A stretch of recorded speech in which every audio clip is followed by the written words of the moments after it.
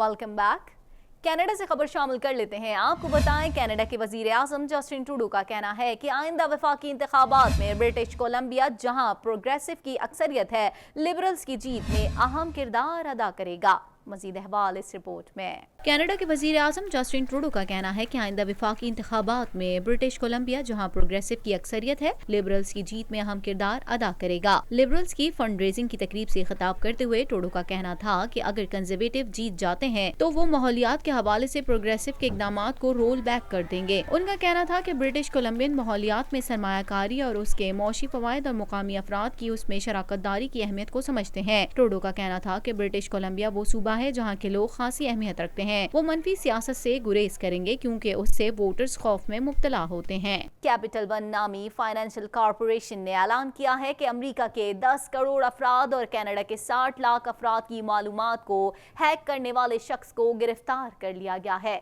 मजीद जान लेते हैं इस रिपोर्ट में। अमेरिका से ताल्लुक रखने वाले क्रेडिट कार्ड जारी करने वाले इदारे का कहना था कि निशानदही की गई है कि मज़कूरा डाटा 19 जुलाई को हैक किया गया और उसमें मुलविस फर्द को फेडरल ब्यूरो ऑफ इन्वेस्टिगेशन ने गिरफ्तार कर लिया। कैपिटल वन के मुताबिक मज़कूरा वाक़े के बाइस 2019 में तकरीबन 10 करोड़ डॉलर से 15 करोड़ डॉलर तक के नुकसान का तखमीना लगाया गया है, जिसकी अहम वजूहात में सारिफ के नोटिफिकेशन, क्रेडिट की निगरानी और कानूनी हिमायत शामिल है। इदारे का कहना था कि hacker credit card account number तक रसाई हासिल करने में नाकाम रहा, लेकिन 1,40,000 सोशल सिक्योरिटी नंबर्स और 80,000 लिंक बैंक अकाउंट्स नंबर पर समझौता करना पड़ा। उसके अलावा कंपनी के कनाडा से ताल्लुक रखने वाले 10 लाख क्रेडिट कार्ड सार्फिन के सोशल इंश्योरेंस नंबर्स के हवाले से भी समझौता करना पड़ा। कैपिटल वन के मुताबिक हैकर ने कंपनी के ढांचे की कमजोरी का फायदा उठाया, जबकि इस कमजोरी के हवाले से कंपनी को बैरूनी रिसर्चर से मालूम हुआ था। ख्याल रहे कि ये पहला मौका नहीं है कि किसी कंपनी का ऑनलाइन डाटा हैक, लीक या चोरी हुआ हो। अमेरिका में अद्वियात की महंगाई के बायस अमेरिकी सदारती उम्मीदवार बर्नी सैंडर्स सस्ती अद्वियात की खरीद के लिए ओंटारियो पहुंच गए।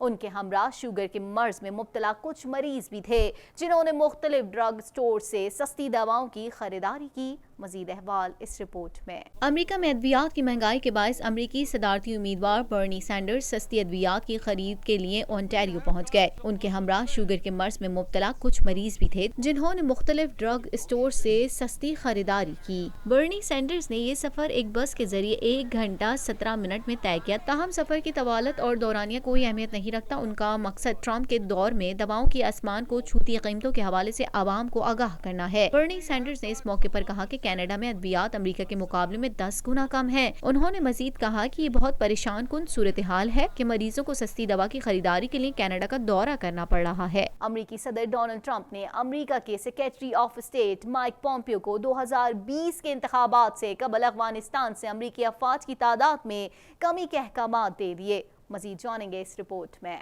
अमेरिकी सदर डोनाल्ड ट्रंप ने अमेरिका के secretary of state Mike Pompeo को 2020 के इंतखाबात से कबल अफगानिस्तान से अमेरिकी अफवाज की तादाद में कमी के अहकामात दे दिए हैं। गैर मुल्की मीडिया के मुताबिक माइक पॉम्पियो ने इकनॉमिक क्लब ऑफ वाशिंगटन में अमेरिकी अफवाज के अफगानिस्तान से इनखला के सवाल के जवाब में बताया कि मुझे ये अहकामात सदर से खुद मिले हैं। वो कभी न खत्म होने वाली जंग का खात्मा चाहते हैं और फौजी इनखला कर रहे हैं। उनकी ये राय अमेरिकी सदर डोनाल्ड ट्रंप की पाकिस्तानी वजीर आजम इमरान खान से व्हाइट हाउस में मुलाकात के बाद सामने आई, जिसमें दोनों रहनुमाओं ने अफगानिस्तान से फौजी इनखला के लिए माहौल पैदा करने पर रजामंदी का इजहार किया था। माइक पॉम्पियो का कहना था कि वाशिंगटन का तमाम अफगान शहरियों के लिए वाज़ेह पैगाम है कि हम चाहते हैं कि वो अपना मुल्क वापस लें। उन्होंने कहा कि फौजी इनखला के बारे में डोनाल्ड ट्रंप समझते हैं कि उनके बतौर अमेरिकी सदर कारकर्दगी इससे जुड़ी है। उन्होंने बताया कि उनके अफगानिस्तान के लिए चीफ मुज़ाकरातकार ज़ल्मे खलीलजाद पूरे अफगानिस्तान में काम कर रहे हैं। उन्होंने मुख्तलिफ लोगों से मुलाकात की है, जिनमें NGOs और खवातीन के हुकूक के लिए काम करने वाले गिरोह भी शामिल है। माइक पॉम्पियो का कहना था कि हम चाहते हैं कि वो अपना मुल्क वापस ले और हमारी ख्वाहिश है कि जो हमारे लिए अरबों डॉलर के अखराजात और जो अमेरिका के लिए लड़ने वाले आपके बच्चों के लिए बड़े खतरात का बाइस बनता है, उसका खात्मा करें। इराकी इंटेलिजेंस हुक्काम का कहना है कि दाइश के सरबराह अल बगदादी मफलूज हो चुका,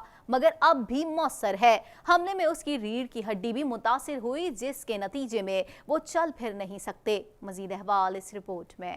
इराकी इंटेलिजेंस हुक्काम का कहना ہے کہ داعش کے سربراہ البغدادی مفلوج ہو چکا ہے مگر اب بھی مؤثر ہے۔ حملے میں اس کی ریڑھ کی ہڈی بھی متاثر ہوئی ہے جس کے نتیجے میں وہ چل پھر نہیں سکتے۔ تفصیلات کے مطابق عراقی انٹیلیجنس کے المقصور سیل کے سربراہ نے دعویٰ کیا ہے کہ شدت پسند تنظیم داعش کے سربراہ ابو بکر البغدادی میزائل شیل لگنے سے شدید زخمی ہونے کے بعد اب مفلوج ہو چکے ہیں۔ ریڑھ کی ہڈی بھی متاثر ہوئی ہے جس کے نتیجے میں وہ چل پھر نہیں سکتے۔ میڈیا رپورٹس کے مطابق عراقی وزارت داخلہ کے ماتحت الثقور سیل کی طرف سے جاری ہونے والے ایک بیان میں کہا گیا ہے کہ داعش کا سربراہ ابو بکر البغدادی اس وقت شام میں ہے۔ مفلوج ہونے کے باوجود اس کا تنظیم میں گہرا رسوخ ہے۔ ثقور العراق کے سربراہ ابو البصری کا کہنا تھا کہ مفلوج اور معذور ہونے کے باوجود ابو بکر البغدادی کی اہمیت کم نہیں ہوئی ہے۔ البصری نے کہا کہ عراق اور شام میں بہترین شکست کھانے کے بعد بھی ابراہیم السمرائی المعروف ابو بکر البغدادی کے ساتھ سلامتی کے لیے بدستور خطرہ ہے۔ ایک سوال کے جواب میں علی البصری کا کہنا تھا کہ داعش کا سربراہ تنظیم میں بدستور موثر ہے اور اس کے گرد عرب اور غیر عرب ممالک کے جنگجو موجود ہیں۔ خیال رہے کہ سن 2017 کو عراق میں داعش کو باقاعدہ شکست سے دوچار کیے جانے کے بعد داعشی سربراہ روپوش ہیں۔ کچھ عرصہ قبل ان کا ایک ویڈیو پیغام سامنے آیا تھا جس میں انہوں نے داعشی جنگجو رکھنے کی ہدایت کی تھی۔ گزشتہ اپریل میں سامنے آنے والے 18 منٹ کی ویڈیو میں دکھائی دینے والے البغدادی کا ظاہری حلیہ سن 2014 سے بہت مختلف دکھائی دیتا ہے۔ اسی کے ساتھ ہی TNN کے نیوز اسٹوڈیو سے فی الوقت اتنا ہی۔ مزید خبروں اور اپڈیٹس کے لیے دیکھتے رہیے TNN TV۔